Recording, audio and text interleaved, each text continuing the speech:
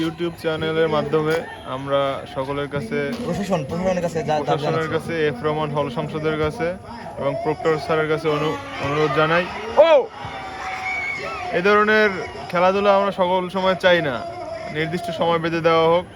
সারা বছরই হয় ক্রিকেট থাকে, না হলে ফুটবল থাকে, না হলে আন্তঃবিশ্ববিদ্যালয় ফুটবল টুর্নামেন্ট থাকে, সব কিছু এসে পড়ে এফ রহমান হল মাঠের উপর। এটা অত্যাচার, আমাদের উপর একটি জুলুম।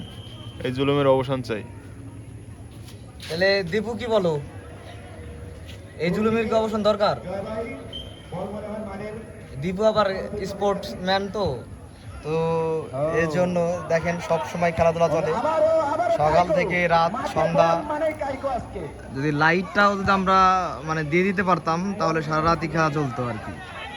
তো এগুলোর আমরা অবসান চাই, নির্দিষ্ট টাইমে আমরা খেলাধুলা চাই। যেহেতু আমরা চট্টগ্রাম বিশ্ববিদ্যালয়ে পড়ালেখা করতে এসেছি, তো আমাদের উচিত পড়ালেখায় ফোকাস করা এবং এই খেলাধুলা সব সেন্ট্রাল ফিল্ডের দিকে ধাবিত করা।